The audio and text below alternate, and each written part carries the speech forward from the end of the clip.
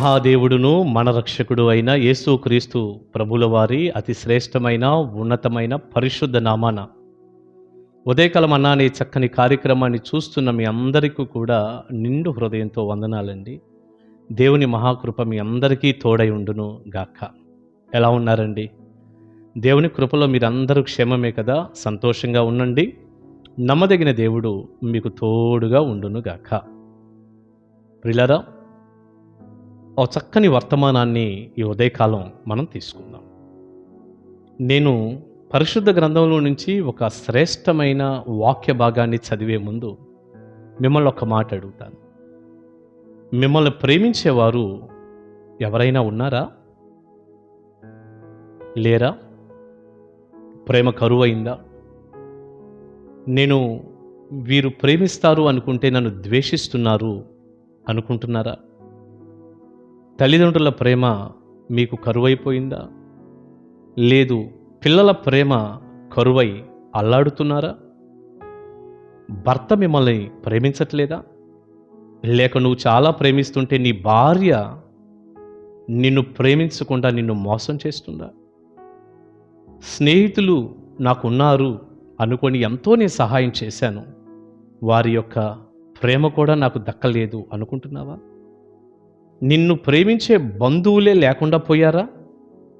అసలు మనిషి అన్న వాళ్ళు ఎవ్వరూ నిన్ను ప్రేమించకుండా నువ్వు ఒంటరిగా ఉన్నావా? ఒకవేళ ఇదే నీ సమస్య, ప్రేమించే వ్యక్తే కరువై కృంగిపోయి ఏడుస్తూ దుఃఖంతో అల్లాడుతూ ఉన్నావా? ఉన్నారా అంటావేంటన్నయ్య? మేము అలాగే ఉన్నాము అంటారా? సరే, మిమ్మల్ని ఏ వ్యక్తి ప్రేమించినటువంటి వాతావరణమే కనుక మీదైతే, ఒకవేళ ఒకరిద్దరు నన్ను ప్రేమించే వాళ్ళు ఉన్నారు అన్నా అది కూడా స్వార్థంతోనే ఉంటుంది. ఇది కూడా మీరు గుర్తుపెట్టుకోవాలి. మనుషుల మధ్య ప్రేమలన్నీ ఎప్పుడు కూడా స్వార్థంతో నిన్నుంటాయి. మనిషిని మనిషి ప్రేమించటంలో స్వార్థమే మూల కారణంగా ఉంటుంది.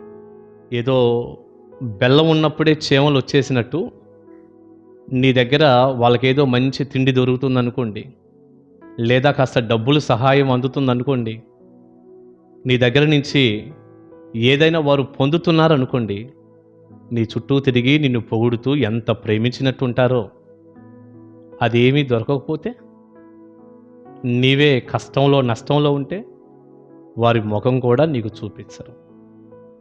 మనుషుల మధ్య ప్రేమ ఇలాగే ఉంటుందిగా. బంధువుల మధ్య ప్రేమ, నా అనుకున్న వాళ్ళు ఎవరి మధ్య అయినా ప్రేమ ఎంతవరకు అంటారు? అది ఇలా ఎవరూ ప్రేమించేవారు లేక స్వార్థమే కనపడుతూ నువ్వు ఒకవేళ బాధపడుతూ ఉంటే, నిన్ను నిజంగా ప్రేమించే ఒక వ్యక్తిని నేను పరిచయం చేస్తాను దైవజనుడిగా. కావాలా ఆ వ్యక్తి మీకు? ఆయన ప్రేమలో ఎప్పుడూ మార్పు ఉండదు. నిజంగా ప్రేమిస్తాడు నిన్ను. ఎవరో తెలుసా? ఆయన పేరే ప్రభు అయిన యేసుక్రీస్తు. దేవుడు ఆయన నిన్ను ప్రేమిస్తున్నాడు. ఆయన ప్రేమ కూడా మన ఎడల ఎలాంటిదో ఒక్కసారి ఈ వచనాన్ని చదువుదామా? ఇర్మియా గ్రంథం 31వ అధ్యాయం 3వ వాక్యం.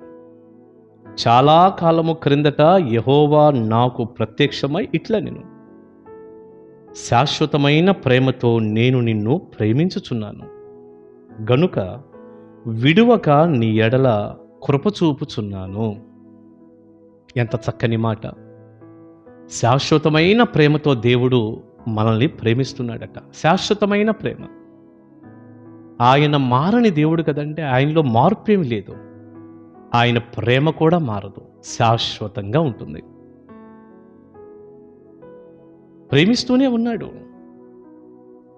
ఆయన సన్నిధిలో గడిపే నిన్ను ప్రేమిస్తూనే ఉన్నాడు. ప్రార్థనలో మోకరించిన నిన్ను ప్రేమిస్తూనే ఉన్నాడు. ఒకవేళ నీవు దేవుని మాట ధిక్కరించి చెడులో పాపంలో ఉండి దూరంగా వెళ్ళిపోతే, అయినా కూడా నిన్ను ప్రేమిస్తున్నాడు. ఆయన దగ్గరికి రావాలని, ఆయన మాటలు వినాలని, నిత్య నాశనాన్ని తప్పించుకొని నిత్య జీవాన్ని పొందాలని,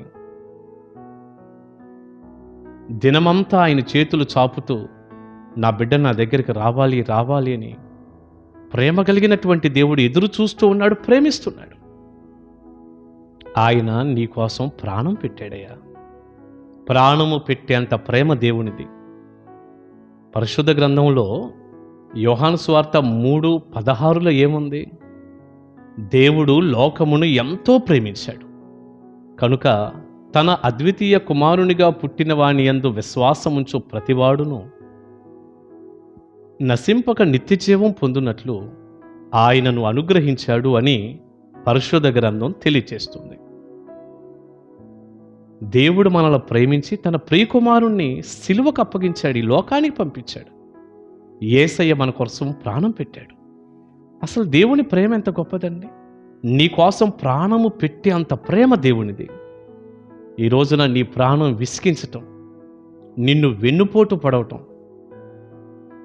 నీ దగ్గర లాభం లేకపోతే నీకు దూరం అవటం, ఈ స్వార్థపూరితమైన ప్రేమల మధ్యలో ఇది ఎంత గొప్ప ప్రేమో చెప్పండి మరి మీరు.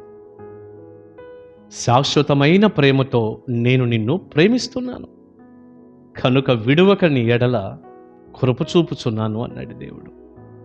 దేవునిది శాశ్వతమైన ప్రేమ, విడవకుండా కృప చూపుతున్నాడు. అందుకే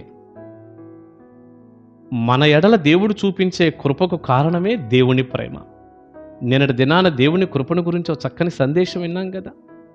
అంత కృప చూపటానికి కారణం ఆయన ప్రేమే. ప్రేమ కలిగిన దేవుడు.